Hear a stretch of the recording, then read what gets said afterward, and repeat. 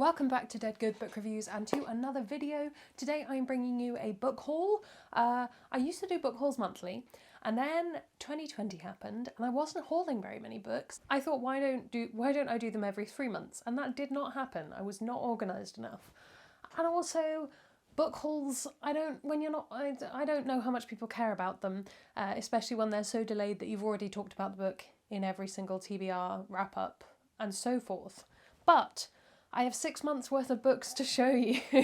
I've got all of my physical ARCs, NetGalley, Kindle.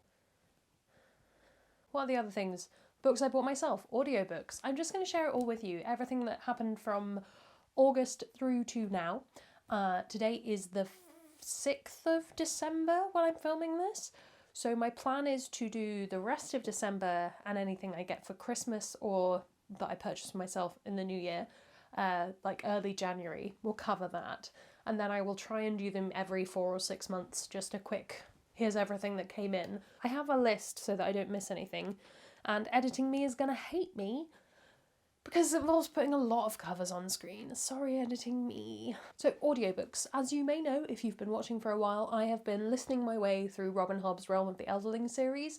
Any other audiobooks I've listened to have been from the library, so all of the books I've hauled have been those. So I have Dragonhaven, City of Dragons, Blood of Dragons, which are the last 3 books in the Rainwilds trilogy, and then I have Fool's Errand and Golden Fool, which are the first 2 books in the Tawny Man trilogy.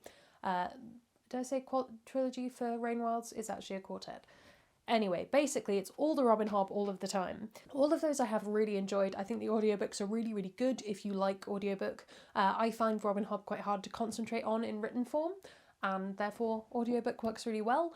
I've mentioned this before, but what I find interesting is that the audiobook narrators are quite different for each series, and in some cases for books across the series, and they pronounce things differently, which in some ways very freeing. Don't need to worry about how you pronounce things when you're talking about them, and on the other hand quite confusing when they pronounce it so differently that you think there's a whole new place you've never heard of before. I think of all of the Robin Hobb I've done so far, the Rainwilds has been my favourite because it has had the most dragons and the most women being awesome and the most payoff towards the end.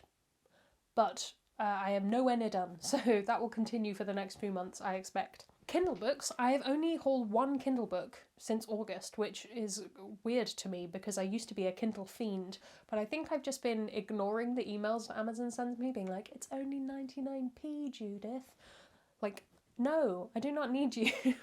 That being said, the 1 Kindle book that I did purchase was in a sale and it was tremendous good value. This was Raybearer. It's so good. I don't want to get into these books in too much detail because a lot of them I have already talked about in other videos. This is more just here is a thing that came into my life, observe, and I will link any reviews that I have when I can. Raybearer, absolutely loved it. Great YA fantasy. I thought I had been quite well behaved about what I was requesting on NetGalley, but apparently the last few days and weeks I've just been going a bit ham, so here is 6 months worth of NetGalley reads. There were also some books that I had on NetGalley that I then got physical ARCs of, so I'm going to cover those later, so if any of these sound weird, that's why. I have Hard Time by Jodie Taylor. This is like The Police but time travel. Different enough from The Police that it wasn't super uncomfortable to read in 2020. Hollow Empire, possibly one of my top reads of the entire year.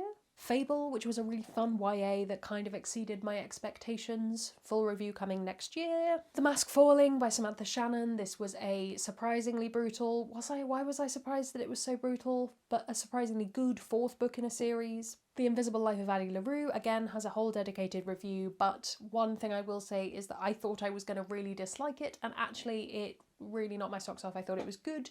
Again, maybe do I need to buy a physical copy of it now? I might wait for the paperback. Okay, now we're on to the ones that have come up in the last few days that I have not yet read. So I have Malice, which is a Sleeping Beauty retelling by the looks of it. I don't know a huge amount about these. I have The Mask of Mirrors, which is one of my anticipated reads for 2021. That video is coming. Trying to pretend to be a noble, corruption, intrigue, masks, excited. Master of Jinn. I have not read any of the other novellas that are in this, but this is kind of like the fantasy novel debut. So I'm very excited for this, and I'm going to try and maybe do the novellas on audiobook before I read this. Maybe. We shall see. magic, murder, mystery. I'm excited. It's all the things I love. Fireheart Tiger by Aliette de Bodard. I'm so excited. I want this so much. This is Howl's Moving Castle meets The Goblin Emperor. I liked one of those. I'm excited for it. And then, yesterday, I got approved for The Galaxy and the Ground Within by Becky Chambers, which I'm just internally screaming about all the time that I get to read it. And I'm terrified to read it, and I need to reread A Closed and Common Orbit first, and then maybe reread the first 3, or do I just jump in and then reread all 4 of them? I don't know. It's going to be great. I'm so excited. Now we're onto the stacks of books next to me that, as is typical for me, I have stacked in the wrong order. Maybe I'll just work my way down and assume I don't miss anything. Cool, let's do that. I have The Sun's Devices by Rebecca Levine. This is the 3rd book in the Hollow Gods series. I have a full review for this. It went up on Monday. You can go and watch that. Another one with a video, I have Escape Pod. This is a lovely collection of sci-fi short stories. That's the word I'm looking for. This is great, especially if you want to discover new authors. Ooh, a hefty one. More sci-fi. To Sleep in a Sea of Stars by Christopher Paolini. I won't say this was anticipated in a sense of, ooh, I can't wait to read that. That's going to be great. More in the sense of, I am very interested to see how Christopher Paolini's writing has progressed. I don't think I'm going to love this, but I think it will be fun. And there were bits of it that I really enjoyed. You can, as with most of these, I have a full video on it. You can go find out my thoughts. I don't think I'm going to be able to fit all of these as cards, so they will be in the description as well. This also has a dedicated review video. The Trouble with Peace by Joe Abercrombie, the 2nd book in the something about madness? Age of Madness. There we go. I'm a professional book person. This is absolutely fantastic. Grimdark. Love it. Love it. Would recommend. 2 books that I actually ended up getting rid of. This one I DNF'd, Reread the Storm. I just didn't love it. It wasn't for me. It's not the kind of fantasy I enjoy. It wasn't enough to keep me interested. Back on the unhaul pile you go.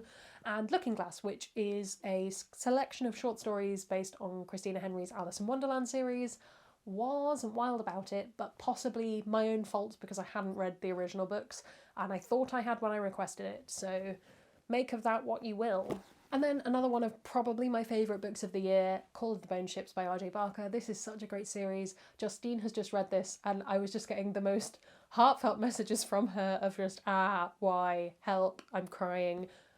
It broke my heart. It broke my heart into tiny little pieces, and now I need to reread it and have it broken all over again just to feel something. The Memory of Souls, which feels like ages ago. So many of these feel like ages ago, and they are in fact 6 months ago, but also it's still March in my mind, so there we go. Chorus of Dragons book 3, phenomenal, really, really good, fun, multiple POV, epic, weird narrative structure goodness. Review will be linked. Gender Flipped Alexander the Great, but in space. Yes, thank you very much. So good, such great sci-fi. And the one physical arc I haven't read yet. This is on my TBR for December. This is Sister Song by Lucy Holland. Celtic retelling. Someone's becoming a harp. I'm excited about it, but I can't tell you much about it right now. Last, I have the books that I bought myself, and there are actually only 5 books, because I did one book haul from Portal Books, and there was one book that was a pre-order that came in August, and other than that, I've been very, very well behaved with my book buying. I'm not really sure how, because I've been very sad. I think I've just been spending all of my money on sewing supplies and snacks. So yeah, the book that I don't know if this will have been in the previous vlog, but it's Harry the Ninth, and I think we've talked about Harry the Ninth to death on this channel and BookTube in general, but I did buy it, I do own it. It was hauled in the month of August. It feels like not that long ago, so that's very odd. And then I have my 4 books from Portal Books. I have Mexican Gothic by Sylvia Moreno Garcia. Oh, so good. Wonderful. Such greatness. Probably my first step into horror. I think I want to try and read maybe 2 horror books next year. Just to branch out a bit. And then I have 2 novellas. I have Upright Women Wanted. 1000% recommend this. Love Sarah Gailey's writing. Love this book. Love this world. Love this plot. Would recommend. Burning Roses for your more kind of fantasy-leaning novella. Again, wonderful. Sent me down a research rabbit hole. Loved it. And lastly, Legendborn. Again, wonderful tropey YA goodness. Really, really like the writing on this one. I am hoping to do reviews for those last 4, but I don't know whether I have it in me to film them before I forget everything about them. So we shall see if they come up in the new year. Is that everything? I am pretty sure that is 32 books, which for 6 months of book hauling is not bad, given that we're in a pandemic and retail therapy is a thing that does often help me. Let me know if you've read any of these, if you're interested in any of them, and be sure to check out all the reviews that will be in the description, because I'm gonna pat myself on the back. I've been killing it with book reviews lately. It's in the channel name and I'm proud of myself. Thank you so much for watching. While you're down there commenting, please do also follow me on all of my social media. That is linked below. You can also subscribe because it makes me feel loved and appreciated. Why not give this video a like while you're here? I mean, you've made it this far. I think that's everything. That's all from me, and you will see me in the next one. I said that wrong, but now I've said it. You'll see me. There's gonna be some bloopers now. And I thought, why not I do them every however many? Fire Height Type. This was, I don't want to say anticipated in the sense of, ooh, I can't wait to read that. Can't wait to read that. Gender Flip Vlad the Impaler. Not Vlad the Impaler, that's a different book.